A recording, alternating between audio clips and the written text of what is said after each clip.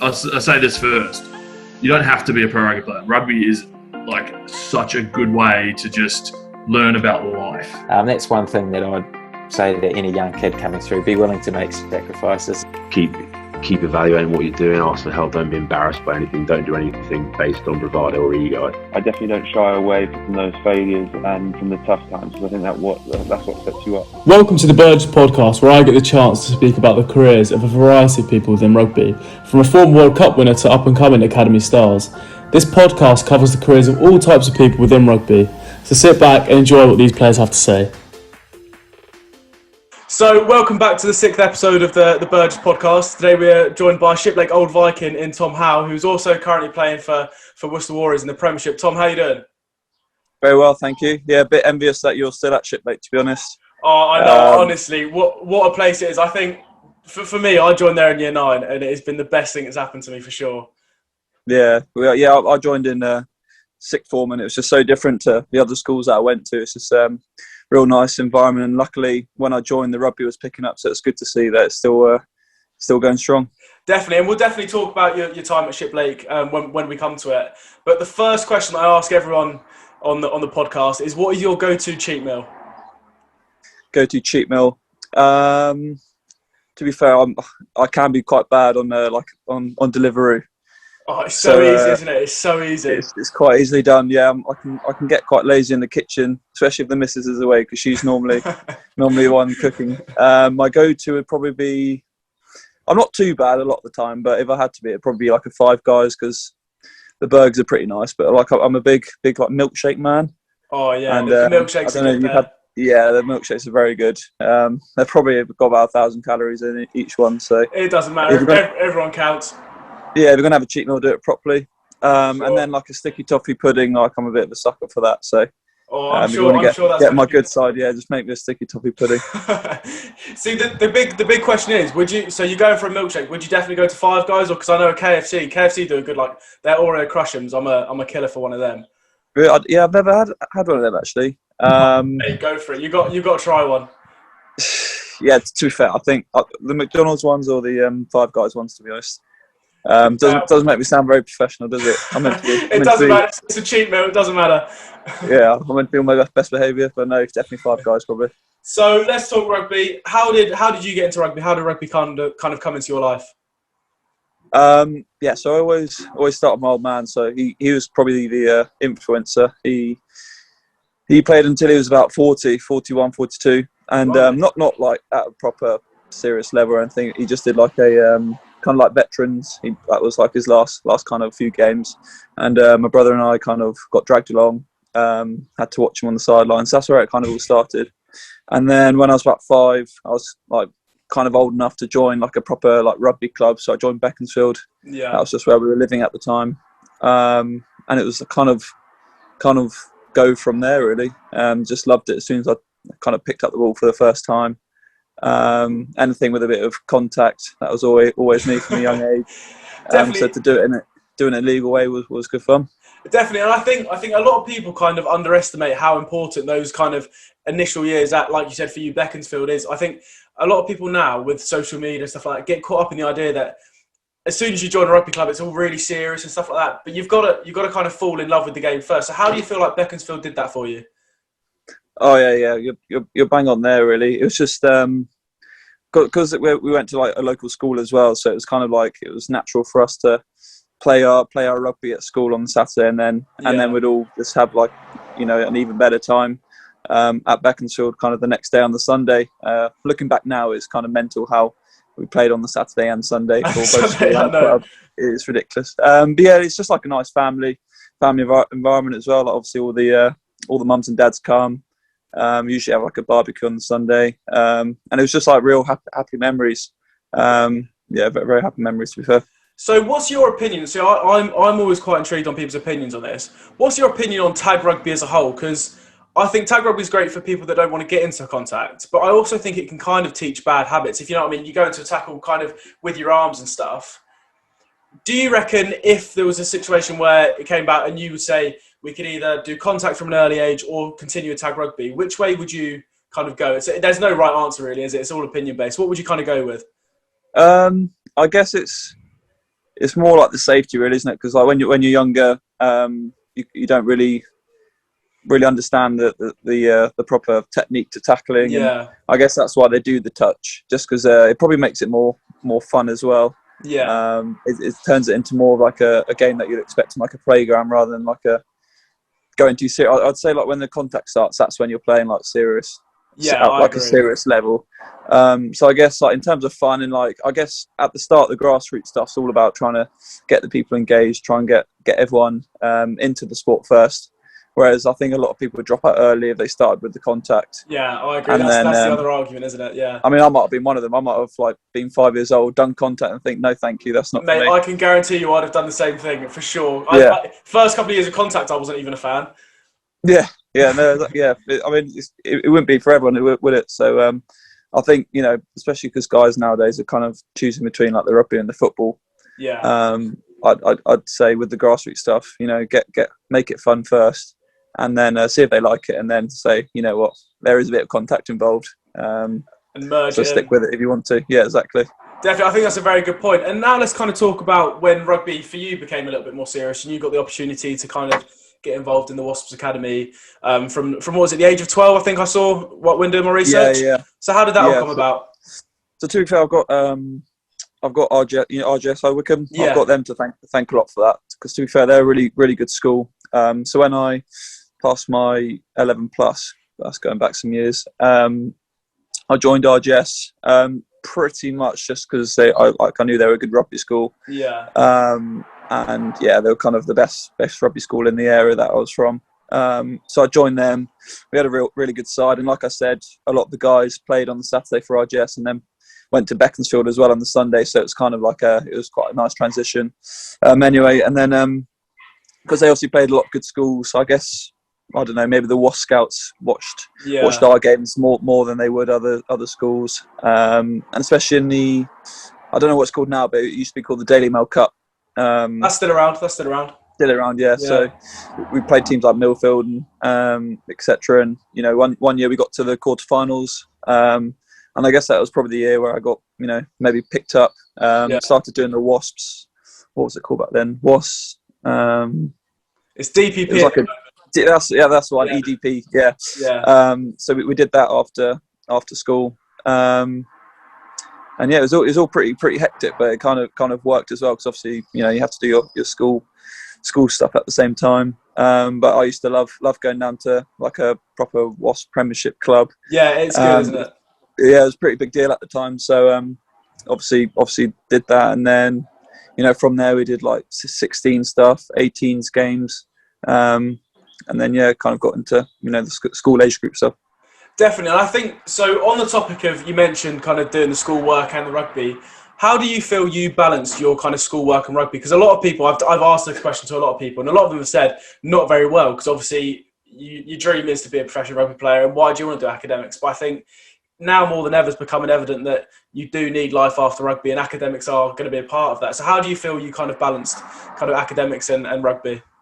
Yeah, to be fair, like, I'm probably a lot like the others. One of my regrets is, you know, probably not focusing on the academic side as much, and just having this one eye on the rugby. You know, which is fair enough. Like at the time, I was young, and it's what I wanted to do, and I did get there eventually, so it did pay off. But at the same time, rugby is not like a forever thing. So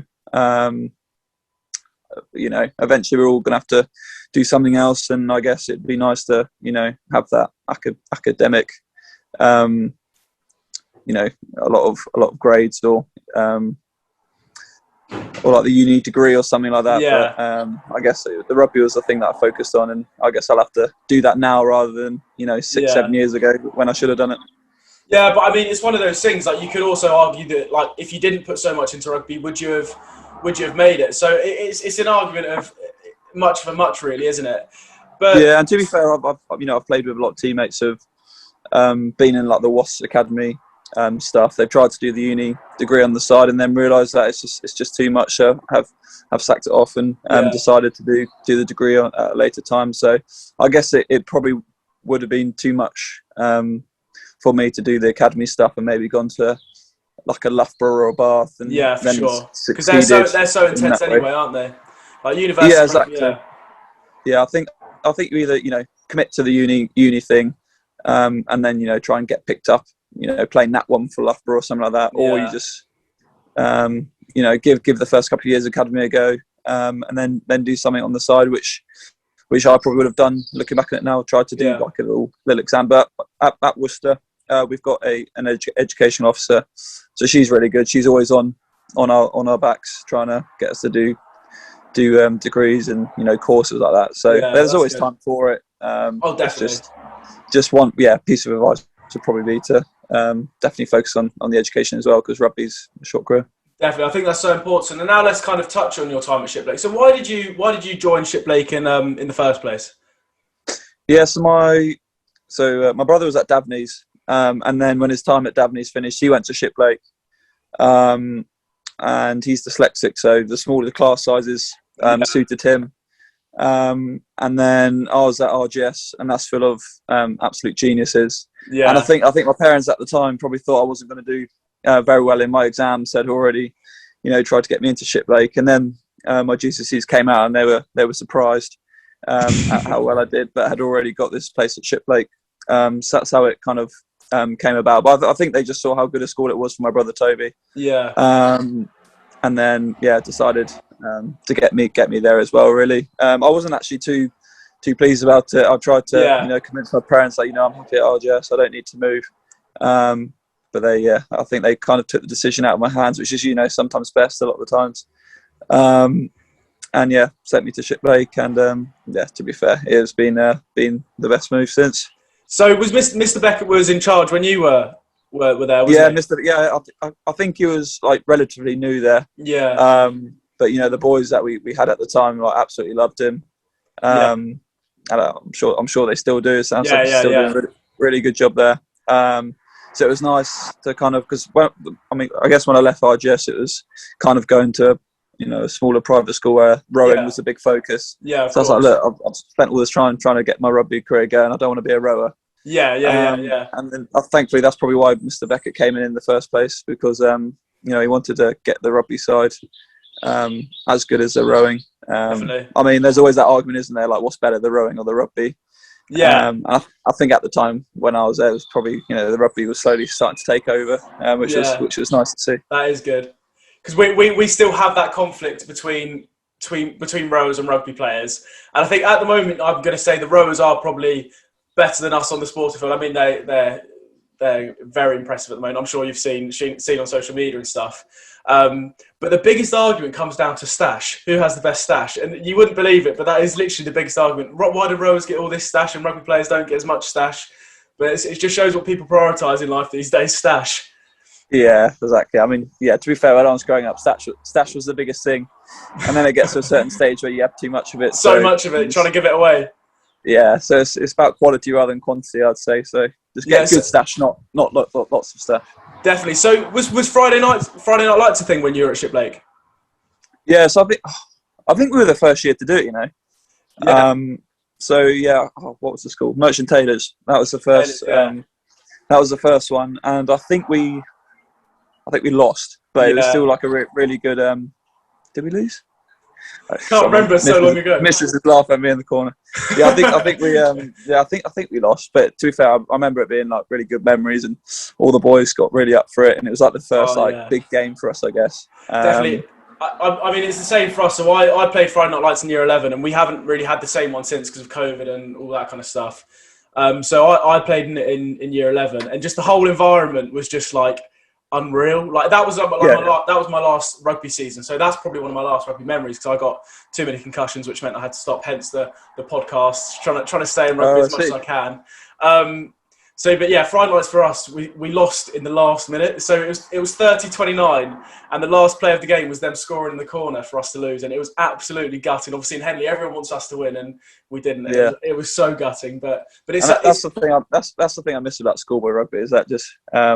It might not be the biggest level in the world, but at the time it just means so much to everyone, and 100%. I guess because you're such close mates and like true mates as well. Exactly. That's why it's like a special time. Definitely, and like I think you've just proven there, not even being able to remember the score. Like the score will never actually matter. Like it's just the experience. It's the experience as the whole, like the before, the after, and the score doesn't really matter at the end of the day. It's being out there in front of all the school friends and the chants, and you actually feel like a pro for about 80 minutes. Yeah. We had Chris Cracknell, you know, the ex Viking. So he presented some awards for us, and at the time that was like huge for us. You know. That was like a pretty big deal. So, another reason why the Friday Night Lights are so special. Definitely. And to be honest, you made your debut for Wasps in the LV Cup quite young at 17. How was that as an experience? Because obviously I can imagine you're still at school. You've made your debut for Wasps. You must have been kind of walking around school like, guys, I'm not doing too bad for myself. It must have been quite a good feeling. Not really. I guess I don't think my mates kind of like let me do that, you know. They tried to, you know what mates like, took the piss, took the mick a bit. But I remember, so we played Leicester at Welford Road, and I was opposite Nicky Gonover, who at the time was, he was like Premiership player of the season, top try scorer. So I didn't get much sleep the night before, to be honest. So as fun as it might sound, it wasn't really fun at the time because I was bricking it a bit. But as soon as I got on the pitch, it's like every other game. As soon as the whistle goes, you just got to enjoy it. Leicester were pretty much fully fielded, so scoreline wasn't in our favour. But to make my debut, especially while I was still at school, it was such a big honour. And to be honest, it was like my second or third game of men's rugby. So getting thrown in at the deep end, it was probably the best thing to do at the time because it taught me a lot. Definitely, and gave me a lot of experience. And I think. Probably from your case, you'd have probably been used to being one of the best in the academy as such, or whatever. And to be kind of thrown in the deep end like that, and then all of a sudden realise, blimey, I've still got a lot of work to do as such. That was probably good. And we'll talk about your kind of loan spells later, but I want to touch on kind of your first experience with England, which came at like under 18s level properly. When you went out and won a European Championships or something with the under 18s, didn't you? How did that come about? How did you find out about getting into England under 18s? Yeah, so I did the 16s and 17s. It was, I guess I didn't really, outperform any of the players. We had so much talent in our team. That I was just kind of, I just kind of like fitted in. So to get selected for the 18s was a massive honour and a bit of a surprise as well. And we had really good coaches. We had John Fletcher, who was absolutely brilliant at the time. And then, like I said, we had a lot of talent in our team. So to win the Six Nations at the time was amazing. I didn't get as much game time as I would have liked. As I like to think that I'm like a late bloomer. So that's my excuse. But to be part of the team that won it anyway was pretty cool. Definitely. And what did you learn from that experience as a whole? Because obviously tournament rugby is a lot different to what everyone's kind of used to playing in the league. So what did you kind of learn on that trip away? Maybe not even on the rugby pitch, kind of a mental side of the game. What did you learn overall from that experience? Yeah, I guess it was like pretty humbling as well. Obviously, I've come from Shiplake, where I'm captain there. And like you said, walking around the school, like I think I own the place. Yeah. And then I go to like an 18s camp where I'm, struggling to get in the team and just making the bench. So I guess, it was at that point where I was like, well, I've got a bit of work to do. I need to roll my socks up. School level is great, but if I want to, go further than that, I need to work hard. Yeah. So luckily we had a lot of guys in that Shiplake team and in the WAS academy who, had that same mindset. Yeah. And we just kind of got in the gym, worked pretty hard. And I guess after school, you go from playing against kids to men. So you kind of have to be physically ready. Mentally ready is important, but, the physical side to it now is massive. So sure. Coming out of school, I guess that transition is easier if you're physically developed, which is something that I probably had the better of most, kids when I was at school, because that's what we were. I guess, just trying to get physically better was my step up or lesson after the 18s. For sure. And you mentioned that kind of that getting into kind of men's rugby, and you had a couple of loan spells obviously at Henley and Coventry. But the one I'm kind of most interested in is when you went to Jersey. Talk about your time there. Obviously, it's a kind of, I can imagine, a bit of a different area of where you've kind of grown up. And what did you learn from? I imagine you can learn a lot from all the loan spells. What did you learn about being your time at Jersey specifically? the jersey loan was by far the best for my development. I came back from the under 20s World Cup, similar as the England 18s. Didn't get too much game time, and it was like a bit of a sticking point in my my career really, because I wasn't getting played at Wasp just because we had such an immense squad, and then I wouldn't have got as much game time as I would have liked with the 20s. Thankfully, the Wasp coaches kind of saw an opportunity, got me on loan to Jersey for a whole season. And then I just managed to cement my place in the team. Loved it from day one. Had a real good bunch of housemates and teammates. And I guess that was kind of where I saw my first kind of taste of, professional rugby and being in that actual environment rather than being in the academy. Just because it was like first team rugby in the championship, playing at a good level week in, week out. I just learned so much from that. Of course, and how would you kind of say the loan spells differed? Obviously, they're different. They're in different leagues, but also the environment. How would you say they differed, and maybe what did you prefer at one compared to another? Maybe. Yeah. So with the Jersey one, it was probably just like how much of a difference it was to what I was doing before to playing week in, week out in the championship, which is a really, really good level. And then I came back from Jersey. Had a pretty good year with Wasps the following year after that, and then signed with Worcester. And then when I signed with Worcester, before I actually got there, I had like 6 months left on my Wasps contract. So I went out on loan just to Coventry. They probably just wanted to get me playing before I left. So it's kind of, I guess it wasn't like I needed the loan spell, for game time and to try and find a club. It was just more, for mental state and just play before I arrived at Worcester, and it was a really good, really fun time. I think I played 10 games there, so it was quite a short loan spell, but definitely important for me because it would have been 6 months without playing before I arrived at Worcester. So to come all guns blazing when I got to Worcester with match fitness under my belt was pretty pretty grateful for that. Yeah, exactly. And one thing I'm interested in, obviously, there's loads of boys obviously now coming into senior academy contracts, and next year will be starting in the senior academy. What would your opinion be on? Would say you were going back to your 18 years old and you're starting off in the first environment as a senior academy player, and you had the option to play A-League rugby or go out on loan. What would your advice be to players in that situation listening potentially? Would you rather than stick around, stay in the environment, maybe at Wasps, or go out on a loan spell and experience a different whole type of rugby? Yeah, it's a tricky question. Obviously, this year we've missed the A-League because of COVID, so that we haven't had that. So I guess that's kind of made me realise how much we're grateful for that, because it's nice. Yeah. It is nice not having to go on loan because you come away from the your current club to do something different, which is why the A-League's nice, because you can stay in the environment whilst just playing on a Monday night, and it's easier, it's more comfortable. Whereas with a loan spell, you completely take yourself out of the for me it'd be like the Worcester environment. And you just I guess you go somewhere to better yourself. You don't do it for any other reason. So I guess it'd be kind of like what stage you are at your career. I'd definitely go on loan in your younger years, just to try, like I said, get the game time, better yourself in a lower league. Don't throw yourself in the deep end all the time. Just go to like a Nat 1 team, championship club. Get the game time, like a Jersey or a Coventry. Get the game time, and then later on, just with the A-League stuff, it's more just to try and get that match fitness, just in case you play a Premiership game at the weekend. Yeah, definitely. I think that's really important because I've got loads of mates now. They're debating whether they kind of. My mates are at London Irish because that's where I was at when I was playing. But they're saying, "Oh, do I go out on loan or do I just kind of stick around and play A-League games?" Because a lot of them are like debating whether to go to like Red Enzians as such, and obviously quite a lot of London Irish people go to Red Enzians. But that's a very good level. And I'm pretty sure you know Ian Brown, don't you?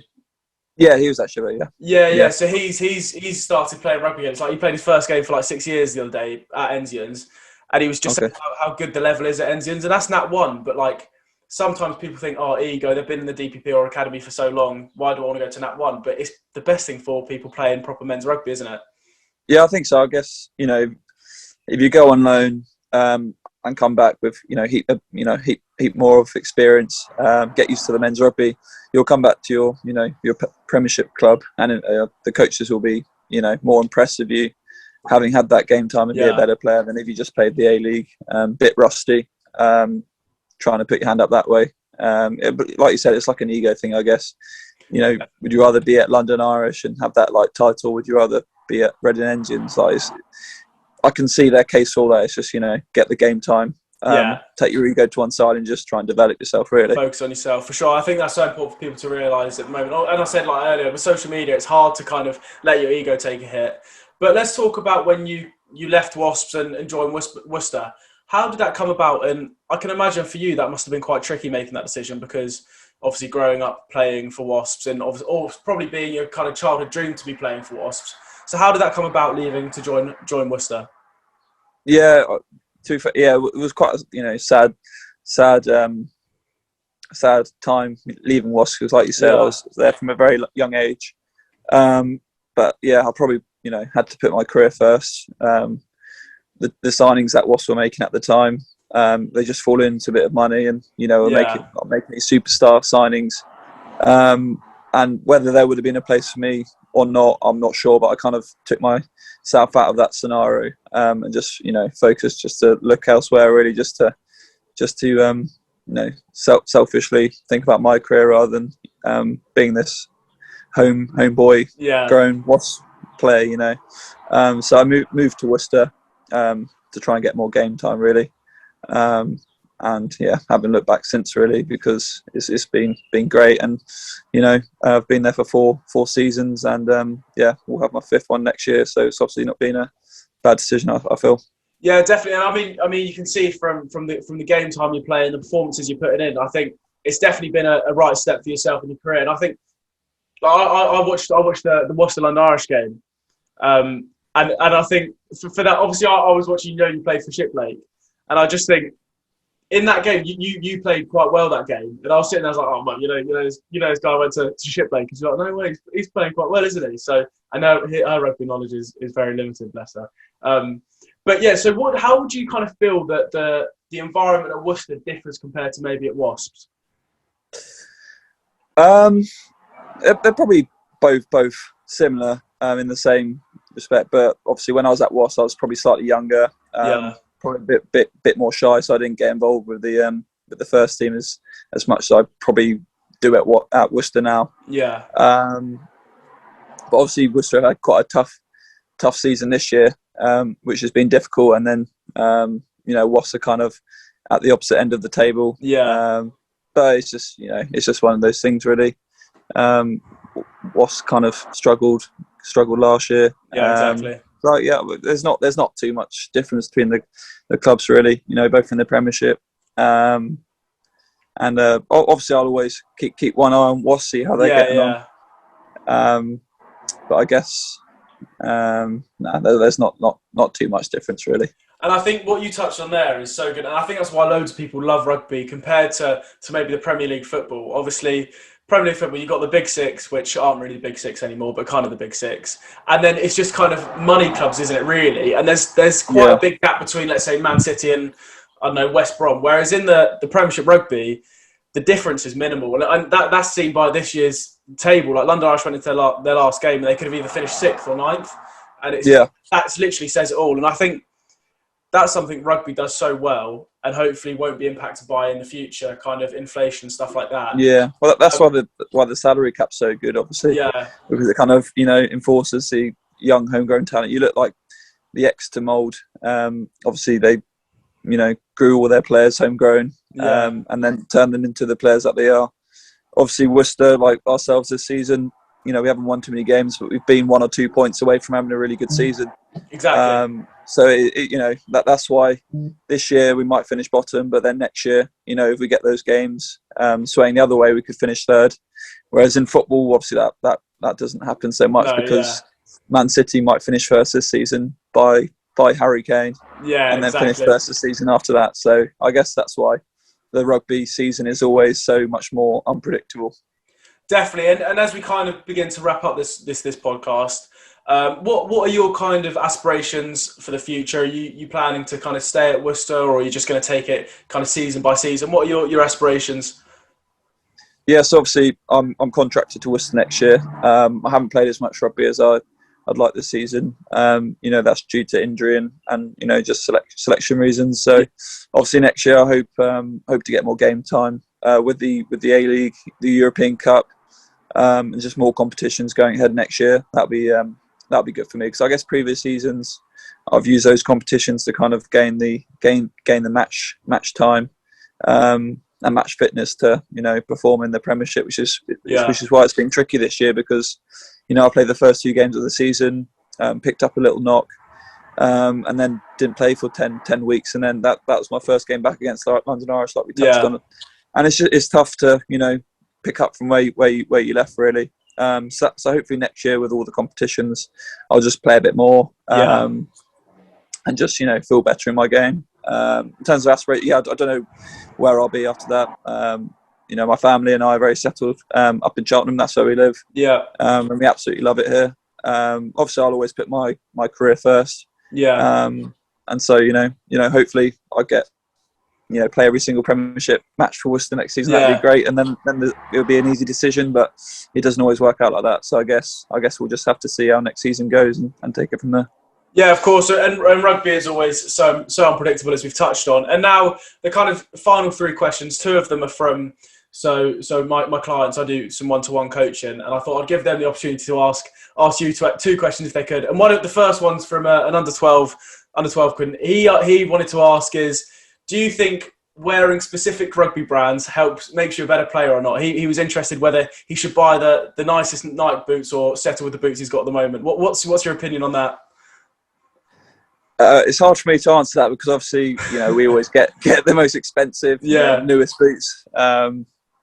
You look at someone like Ollie Lawrence, James Shilcock, they won't touch anything which isn't the most expensive boot on the market. But to be fair, I bought a pair of fake RS7s on eBay the other week. RS7s. I made the biggest. But I mean, they're fakey. They're fakey. So they arrived. I was like, "Oh, blooming heck, I bought the wrong boot here." But I've worn them in games, and they literally make no difference. I'd say. No. Maybe if you're like a goal kicker or something like that, you might need to think about it a bit more. But what is he under 12s? Did you say? He's an under 12. So does he need the flashiest boots? I'm not sure.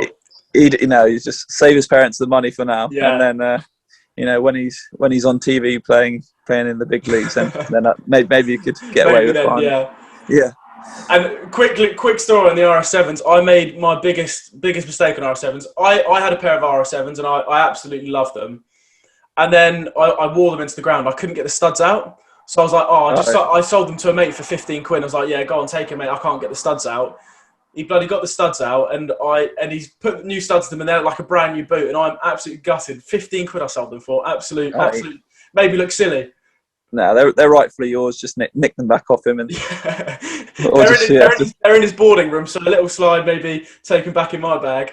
They're hard to get hold of, to be honest. They are. eBay's probably the best place for that. But yeah, the RS7 is definitely my favourite boot. So not too bothered about them being fakies. And so the penultimate question, this one's from an under 14. He wanted to ask, what is the most influential thing someone's asked you? Told you when growing up. Most influential thing. Tough question. Is there anything that sticks that someone may have said when you're being coached as a youngster? Yeah, I guess you get to like certain tricky points in your career. And I remember it was kind of, like I said just before, I joined Jersey. Just the coach at the time just said, just enjoy it, And I guess that's why we pick up the game in the first place, because we enjoy playing rugby. So my advice from him was probably just don't stop enjoying the game, and then your performances will be a result of that. Definitely, I think that's so important, especially for your point in that career. Obviously, you've just got the senior academy contract, and all of a sudden stuff starts snowballing. You're like, this is becoming quite stressful, playing with big players and stuff. and for someone to kind of take you back to why you're playing rugby at that point is so important. I think that needs to maybe happen a little bit more often than it does, because a lot of people get so caught up in seeing stuff on social media. How come this 18-year-old's running the length of the pitch and I'm only scoring from the 22-metre line? Do you know what I mean? Like little stuff like that people do think about. Yeah. That's what. Yeah, it's been a tricky year, obviously, and I know guys who would normally be getting signed up left, right, and centre, but struggle with contracts just because of COVID. Yeah. So I guess our big focus at the club, especially with the season that we've had, is just just enjoy it every week. Be grateful for the position that we're in. There's millions of people who died to be a professional rugby player and be in the position that we're in. So just don't be selfish and just be grateful for where you are and just enjoy the moment, because it's not going to last forever. For sure. And final question, one I ask every player, is if you could give one piece of advice to kind of young aspiring rugby players, what would it be? It's pretty similar. We've almost covered it all. Yeah. I'll try and think of something different. But instead of trying to, I'll do something different just so that it makes the question more fun. Instead of trying to maybe make your all round game perfection, I guess that's kind of what I tried to do from a younger age. Is I was always quite quick, so I kind of put that to one side and thought let's work on my kicking or something like that. Let's see how good I can get at grubber kicks. But that's irrelevant for me. I was a winger and a centre, so I guess just always work on your super strength, because that's what is your point of difference. Sure. If you have X factor, make sure it stays an X factor, because show it off. If it's pace, make sure there's no substitute for pace, for example. So if you're quick, just focus on that, and just what Matt Sherratt, our backs coach at Worcester Warriors, says is just back yourself. Do the things that you're good at, which is trying to beat defenders and run around people, because I can get sidetracked and try and pretend that you're a fly half stepper at first receiver and throw that missed pass that gets the match winning try. But he just tells me, look, just stop doing that and just back yourself and beat defenders. So the one piece of advice I'd say is just stick with the stuff that you're good at, and just try and make that better rather than work on your weaknesses. Definitely. And I think, look, I'm sure there's so much value that people have picked up from this podcast with you. And I think the best thing is a lot of it's relatable, because 99% of people who listen to this probably won't make it, and only the 1% will. So the fact that you've been able to give an insight and stuff that's relatable to players that maybe are just trying to strive for their A team at school or are trying to become professional is so good. And look, enjoy pre-season and all the best for next season. And thank you for coming on to the pod. Really, really appreciate it. Yeah, thanks, James. Great podcast. Thank you very much.